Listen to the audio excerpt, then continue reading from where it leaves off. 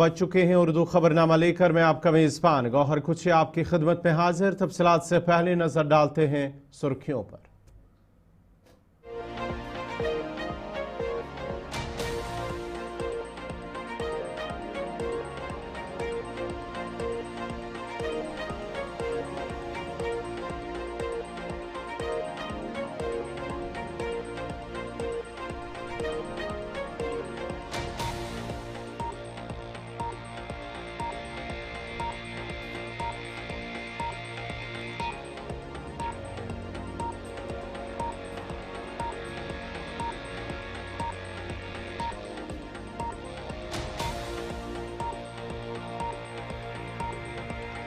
और पेश खबरों की तफसील। सबसे पहले बड़ी खबर इस वक्त दिल्ली से आ रही है, जहां पर वजारत दाखिला की जानिब से IPS IAS अफसरान के तबादले और जो है इस हवाले से अहकाम जारी कर दिया गया है।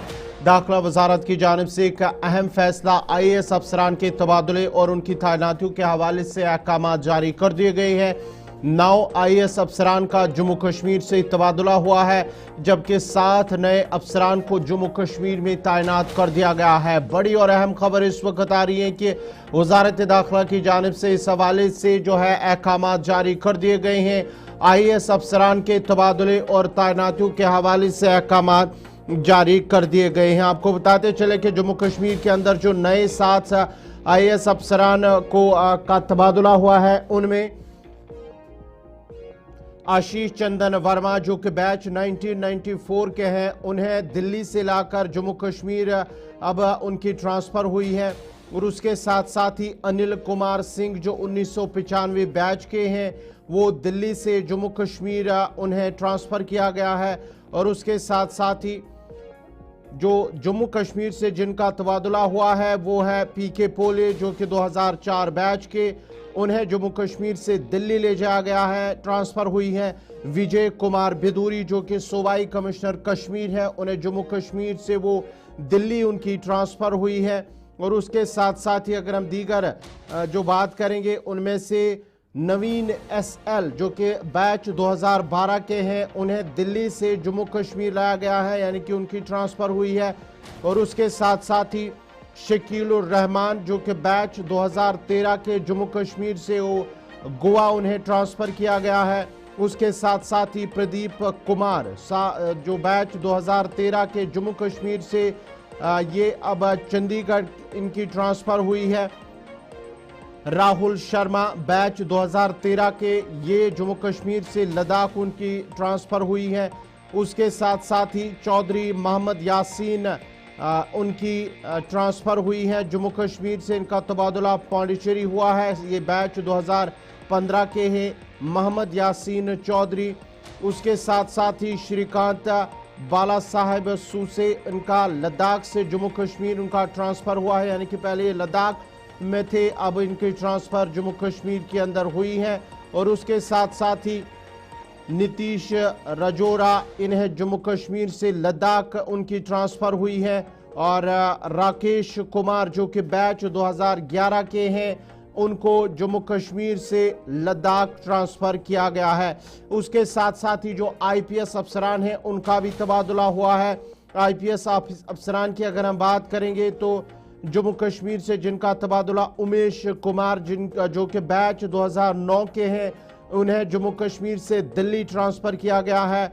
और समीर शर्मा, इन्हें लक्षद्वीप से जम्मू कश्मीर ट्रांसफ़र किया गया है। और इसी के साथ ही जो है संजीव कुमार यादव जो कि बैच 2013 के, ये जम्मू कश्मीर से दिल्ली उनकी ट्रांसफ़र हुई है। और उसके साथ साथ ही संदीप गुप्ता जो कि जम्मू कश्मीर से अब इनका ट्रांसफ़र दिल्ली के अंदर हुआ है। और ऋषि कुमार, ये दिल्ली से अब जम्मू कश्मीर इनकी ट्रांसफ़र हुई है। ये वजारत दाखिला की जानिब से अहम जो अहकाम इन IPS और IAS अफसरान हैं, उनके हवाले से तबादले और तैनातियों के अहकाम जारी कर दिए गए हैं। 9 IAS अफसरान का जम्मू कश्मीर से तबादला हुआ है, जबकि 7 नए अफसरान को जम्मू कश्मीर में तैनात कर दिया गया है। इस सिलसिले में वजारत दाखिला की जानिब से ये अहकाम जारी कर दिए गए हैं।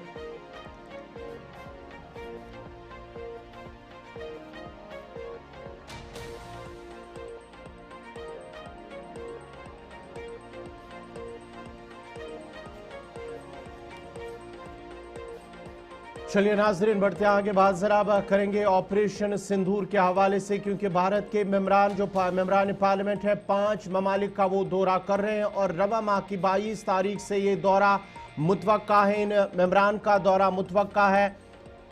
जो मेम्बरान पार्लियामेंट ऑपरेशन सिंदूर का बयानिया पेश करेंगे जब ये इन ममालिक के अंदर जाएंगे। 5 से 6 मेम्बरान पर मुश्तमिल 8 ग्रुप्स ये दौरा करेंगे और इन मेम्बरान में member parliament Asaduddin Owaisi, AIMIM के सरबरा असदुद्दीन ओवैसी और कांग्रेस के सीनियर लीडर शशि थरूर, कांग्रेस के सीनियर लीडर और MP शशि थरूर भी इन मेम्बरान में शामिल है। 22 मई से यह दौरा मुतवक्का है और ये तमाम सियासी जमातों के अरकान पार्लियामेंट का एक वफद 22 मई के बाद बैरून ममालिक का पाक भारत के जो कशीदा हालात हुए थे हालिया, उस हवाले से वो भारत का मौक़िफ़ उनके सामने रखेंगे और ये एक आउटरीच टूर उनका शुरू होगा। ये 22 अप्रैल से इसकी बाज़ाब्ता तौर पर शुरुआत होगी।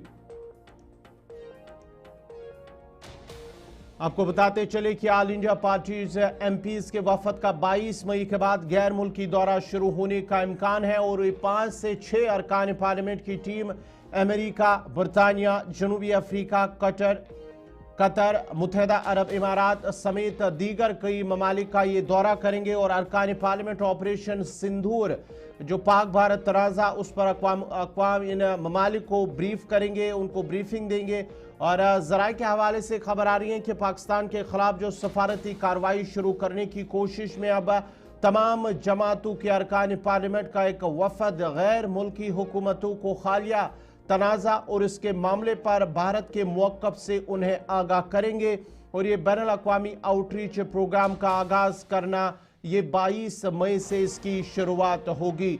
आपको बताते चले कि पार्लिमानी अमूर के वज़ीर किरण रिजिजू गैर मुल्की दौरे को मरबूत कर रहे हैं। ये उसी की जानिब से इस दौरे की जो है तैयारियां की गई हैं और उम्मीद की जा रही है कि अरकान पार्लियामेंट का दौरा 22 मई से शुरू होगा। अरकान पार्लियामेंट को पहले ही दावतनामे इस हवाले से भेजे जा चुके हैं और तवक्का है कि हर वफद में 5 से 6 अरकान पार्लियामेंट शामिल होंगे जो कि अमेरिका, बरतानिया, जनूबी अफ्रीका, कतर और मुत्तहिदा अरब इमारात समेत मुख्तलिफ ममालिक का दौरा करेंगे। आपको बताते चले कि सीनियर मेम्बरान पार्लियामेंट से कहा गया है कि वो इन वफूद की क़यादत करेंगे जिसकी जिम्मेदारी बुनियादी तौर पर NDA के अरकान पार्लियामेंट को सौंपी गई है और ये ऑपरेशन सिंदूर के बाद हुकूमत ने सियासी रहनुमाओं को सिक्योरिटी की सूरत हाल और आगे बढ़ने जो हिकमत अमली है उस पर आगाह करने के हवाले से जो आल पार्टी इजलास बुलाया गया है। मुलाकात के दौरान अपोजिशन ने पाकिस्तान के साथ जो कशीदगी रही है उस हवाले से हुकूमत की हिमायत का भी इजहार किया था और हुकूमत ने बैनुल अक़वामी हिमायत हासिल करने के लिए कई ममालिक के आला हुकाम और वज़राए खारजा के साथ भी बातचीत की है, क्योंकि नई दिल्ली ने अब पाकिस्तान के खिलाफ अपने इक़दाम को तेज कर दिया है।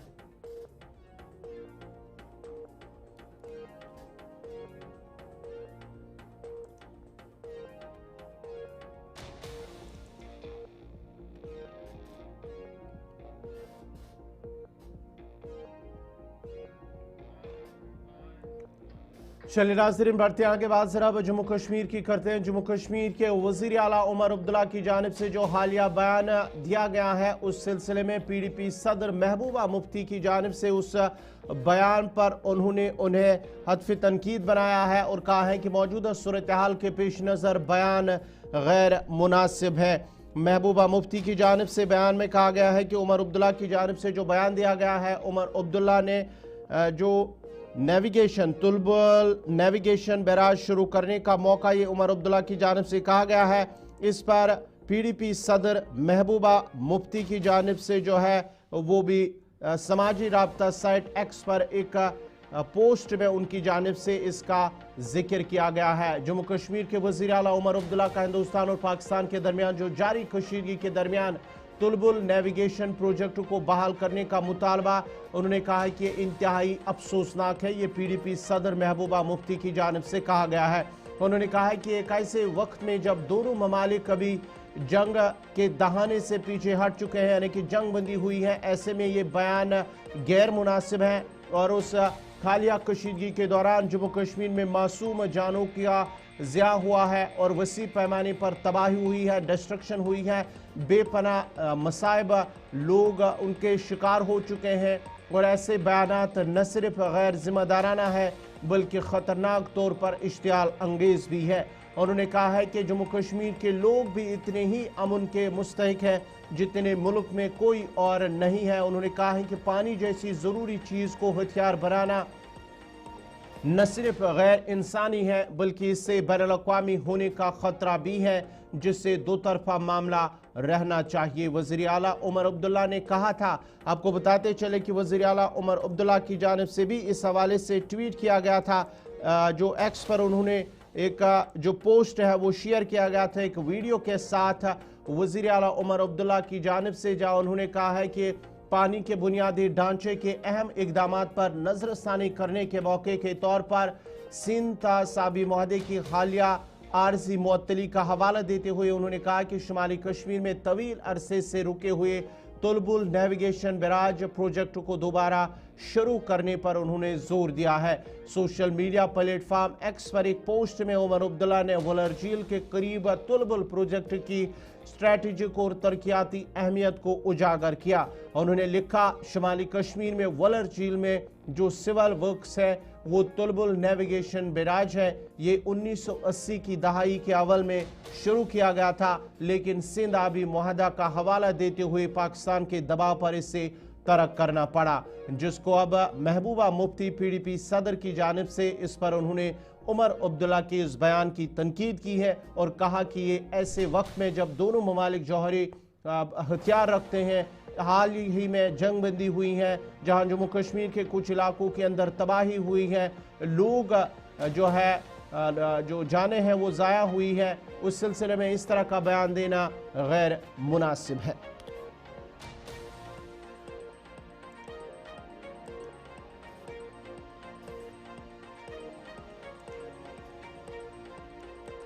जम्मू कश्मीर के मौसम की बात करते हैं, क्योंकि जम्मू कश्मीर के मौसम में गुज़श्ता चंद दिनों से दर्ज हरारत में इजाफा होने के साथ साथ लोगों को मुश्किलात का सामना करना पड़ रहा है। न सिर्फ जम्मू सूबे के अंदर बल्कि वादी कश्मीर में गुज़श्ता चंद रोज़ के दौरान दर्ज हरारत में काफ़ी इजाफा देखा जा रहा है और महकमे मौसमियात का कहना है कि फ़िलहाल मौसम खुश्क रहने का इम्कान है और दर्ज हरारत में मज़ीद इजाफा होने की उम्मीद है। तमाम 18 मई से मौसम में तब्दीली का इम्कान है।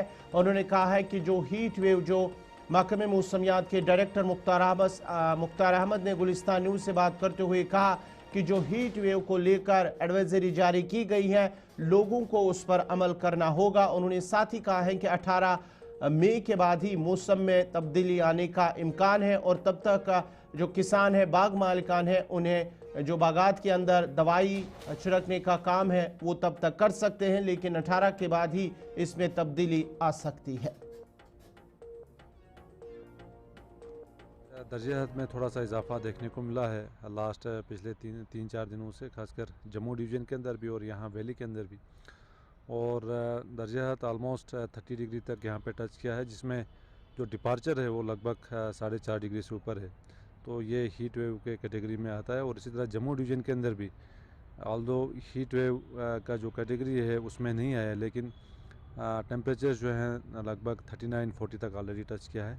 तो ऐसे में काफ़ी ज़्यादा डिस्कम्फर्ट हो जाते हैं लोग, खासकर ड्यूरिंग डे टाइम। और मिनिमम टेम्परेचर भी जो है थोड़ा सा अबो नॉर्मल रहने के कारण जो नाइट को भी जो है डिस्कम्फर्टनेस रहता है। तो ऐसे में अभी मौसम जो है फ़िलहाल ड्राई रहने के चांस हैं अगले 3 दिन तक। और इस बीच जो है हीट वेव आइसोलेटेड प्लेसेस पे जो है देखा जा सकता है, वैली के अंदर भी और जम्मू डिवीज़न के अंदर भी। तो जो बच्चे हैं, बुज़ुर्ग हैं, या इसी तरह जो काम करते हैं खासकर वर्कर्स या लेबरर्स, तो ये जो है अपना खासकर दोपहर 12 बजे से लेके लगभग 3 बजे तक उस बीच जो है अवॉइड करें काम करने के लिए। और डायरेक्ट एक्सपोजर खासकर काफ़ी ज़्यादा शिद्दत से गर्मी रहती है इस बीच, तो उस बीच जो है थोड़ा सा फ्लूइड वगैरह लें, पानी वगैरह पिएँ। और इसके साथ साथ फिर 18 खासकर शाम से जो है मौसम थोड़ा सा करवट ले रहा है, तो 18-19 के आसपास थोड़ी सी बारिशों के भी चांसेस हैं। और इस बीच जो है थोड़ा सा दर्जात एक बार फिर गिरने के चांसेस हैं। तो फिर उसके बाद एक बार फिर 20th ऑनवर्ड्स मौसम जो है फिर से खुलने के चांसेस हैं, तो गर्मियाँ जो एक बार फिर बढ़ सकती है। लेकिन अभी कमिंग डेज़ में भी मौसम जैसे अभी बिल्कुल खुला है, लेकिन बाद दोपहर जो थंडर शावर एक्टिविटी कुछ एक जगहों पे उसको रूल आउट नहीं कर सकते हैं, क्योंकि ये सीज़न ही ऐसा है। और फ़िलहाल फीवल WDA खासकर 18th इवनिंग से जो है अप्रोच कर रहा है, तो कुल मिला के थोड़ा सा गर्मी रहेगा, खासकर 20 से लेकर लगभग 24 मई तक भी जो है उस बीच जो है एक बार फिर टेम्परेचर जो है राइज़ होंगे। तो बिल्कुल एहतियात करें, खासकर बच्चे हो, बुज़ुर्ग हो या जो प्रेग्नेंट लेडीज़ वगैरह हैं, फ्लूइड वगैरह लें और बिल्कुल अवॉइड करें, खासकर जो पीक टाइम रहता है गर्मी का 12। चलिए बढ़ते हैं आगे। बात जरा जिला गांधरबल की भी करते हैं, क्योंकि गांधरबल मामर कंगन के अंदर एक हादसा पेश आया है। अभी इस हवाले से जो है जो हुकाम की जानिब से तफसीलात तो सामने नहीं आई है, लेकिन ये बताया जा रहा है कि जो एक शख्स पावर कैनल के नज़दीक उनके कपड़े बरामद हुए हैं और इस सिलसिले में उनकी तलाश जारी है। मामर कंगन में एक शख्स लापता हुआ है। ये पावर कैनल जो नज़दीक है वहाँ से उनके कपड़े, उस शख्स के कपड़े बरामद हुए हैं, लेकिन वो शख्स कहाँ है, इस हवाले से अभी तक कोई इत्तलात मौसूल तफसीलात जो है वो सामने नहीं आई है। बशीर अहमद मलिक नामी शख्स जो है उनकी तलाश बड़े पैमाने पर जारी है। मामर कंगन का इलाका है जहां पर ये इस शख्स की ये तस्वीर आप देख सकते हैं। उस पावर कैनल के करीब कपड़े बरामद हुए हैं उस शख्स के जो कि लापता है, जिसकी अब ये जाहिर किया जा रहा है खदशा है कि शायद वो इस पावर कैनल में डूब गया है, लेकिन इस सिलसिले में लगातार उसकी तलाश जारी है। ये जो बशीर अहमद मलिक नामी शख्स हैं जो कि मामर कंगन का ही रहने वाला है, मोहम्मद सुल्तान उनके वालिद का नाम है, बशीर अहमद रैना, और इनके वालिद का नाम मोहम्मद सुल्तान रैना, जो कि मामर कंगन का रहने वाला है। और उनके कपड़े इस पावर कैनल के सामने बरामद हुए हैं, लेकिन अब वो शख्स कहाँ है इस हवाले से कोई इत्तलात मौसूल नहीं हुई है। लेकिन ये खदशा जाहिर किया जा रहा है कि शायद वो इस पावर कैनल में डूब गया है। अब इसके लिए वहाँ पर रेस्क्यू ऑपरेशन चलाया जा रहा है और उनकी तलाश जारी है।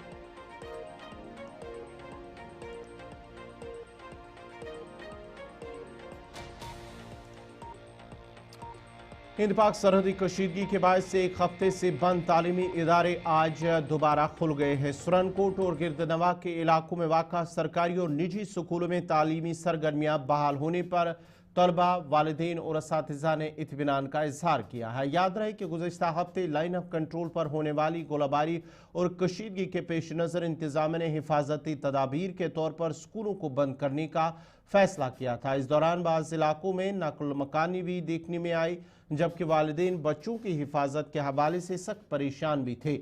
आज स्कूलों के खुलने के बाद सिक्योरिटी के सख्त इंतजाम भी किए गए हैं और मुतल्लिका इदारों को हिदायत दी गई है कि किसी भी हंगामी सूरत हाल से निमटने के लिए अलर्ट रहे। मकामी इंतजामिया ने इस उम्मीद का इजहार भी किया है कि सूरत हाल जल्द मामूल पर आ जाएंगी और तालीमी निज़ाम किसी तातुल के बगैर जारी रहेगा। रहमतुल्लाहि व बरकातुहू। मैं आशा सदीका जमात 10वीं की तालिब इल्म आप सबके सामने मुहातिब हूँ। और आपको जैसे पता था कि पिछले दिनों जो है वो हालात ख़राब थे और आज जो है हमारा स्कूल फिर से रीओपन हुआ है। और हमने जो है पिछले दिनों में बहुत सारे लोगों ने बहुत ज़्यादा सफ़र किया और जो है कुछ लोगों ने अपने जो है रिश्तेदार खोए, बच्चे खोए वगैरह, लेकिन जो है हम ऐसी जो है सफरिंग नहीं चाहते। हम चाहते कि हमारी तालीम पे जो है कोई असर ना पड़े। आज हमारा स्कूल दोबारा से रीओपन हुआ है, हमें बहुत खुशी हुई है क्योंकि हम दोबारा से अपने फ्रेंड्स से मिले, अपने टीचर्स से मिले। और जो हमारे टीचर्स है वो हमें जो है हमारी तालीम पे जो है कोई असर नहीं पड़ने देंगे। जो हमारा सिलेबस है वो स्मूथली इंशाल्लाह दोबारा से चलेगा और हमारे स्कूल के जितने भी टीचर्स, मैनेजमेंट, प्रिंसिपल्स हैं, सभी जो है अच्छे से जो है हमारे साथ कोऑपरेट कर रहे हैं। और हम जो है ऐसी सफरिंग नहीं चाहते, हम चाहते हैं कि दोबारा से पीस हो और लोग अमन सुकून से रहें। Thank you. Vania Mirza, I am student of class 9 in Sir Syed Memorial Convent High School Surankote. काफ़ी दिनों से जैसे हमें पता था कि माहौल बहुत ख़राब थे, हमारे स्कूल्स बंद थे, हमारी क्लासेस नहीं लग रही थी। आज बहुत दिनों के बाद हम स्कूल आए हैं, अपने दोस्तों से मिले हैं, अपने टीचर से मिले हैं, हमें बहुत खुशी हुई है।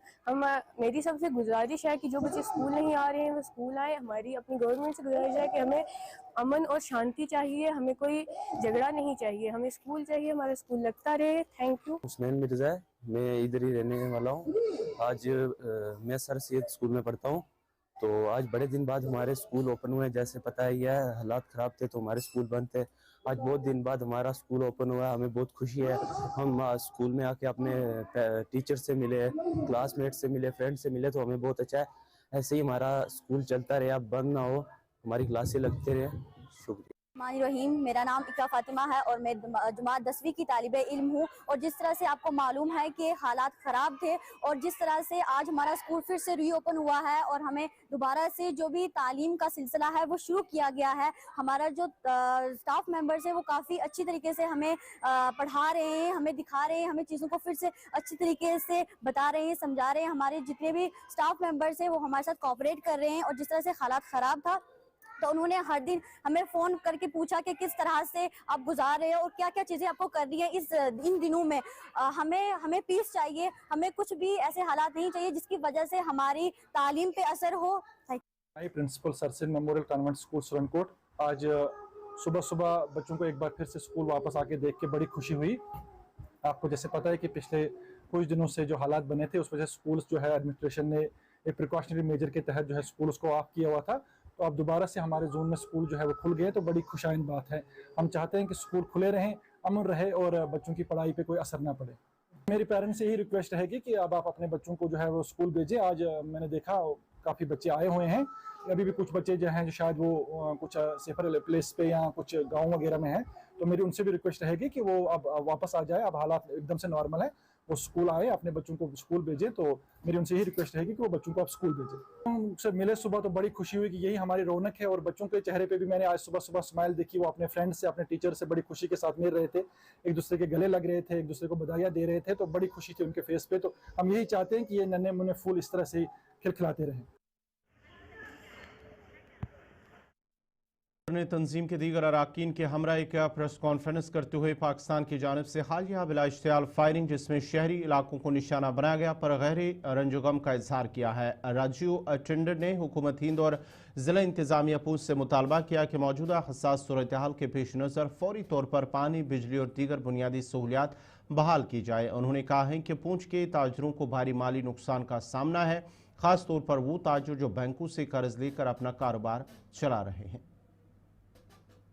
मेरी सीएम साहब से, एलजी साहब से और डिप्टी कमिश्नर पुंछ से ये हाथ जोड़ के विनती है कि प्लीज़ आप इस हॉस्पिटल की कंडीशन को थोड़ा इम्प्रूव कीजिए ताकि हम लोगों की जान भी एक इंसान की जान है, इसको बचाया जा सके।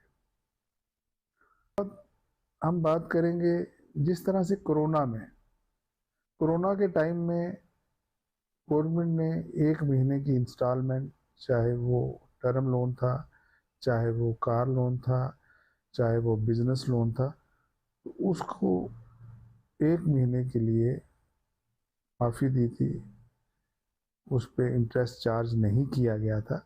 तो जितने भी लोन्स हैं, स्पेशली मैं पुंछ के लिए कह रहा हूँ, बाकी जगह ज़्यादा नुकसान नहीं हुआ। पुंछ के बिजनेसमैन आप अभी भी मार्केट में जाके देखें, दुकानें तो ज़रूर खुली हैं लेकिन बिज़नेस बिल्कुल 0% है या 10% है। तो ये लोग कहाँ से इंटरेस्ट देंगे, कहाँ से इंस्टॉलमेंट देंगे? तो मेरी गवर्नमेंट से सब पहली अपील यही है कि इनकी इंस्टॉलमेंट को माफ़ किया जाए या 1 साल के 1 महीने के लिए उसको बढ़ाया जाए और इंटरेस्ट जो है वो कंपलसरी माफ़ होना चाहिए, कम से कम 1 महीने का। और जैसा कि आपने देखा होगा कि इस इमरजेंसी में लोग बहुत स्पेशली जो एसेंशियल कमोडिटीज़ हैं, ग्रॉसरी है, दवाइयाँ हैं, इनको प्राइस बहुत हाइक हो जाती है। अब 10 की चीज़ 50 में बिकती है, 50 वाली 500 में बिकती है। तो जैसा हमने एडमिनिस्ट्रेशन से प्रॉमिस किया था, मुझे लगता है कि हम बिल्कुल उस प्रॉमिस पे खरे उतरे हैं। पुंछ में एसेंशियल कमोडिटी की बिल्कुल कमी नहीं हुई। लोगों के घर घर जहाँ पे दुकान थी, दुकानदारों ने बिल्कुल सेम रेट पे, जो उसका रेट था उसी रेट पे लगभग ये सामान बेचा गया।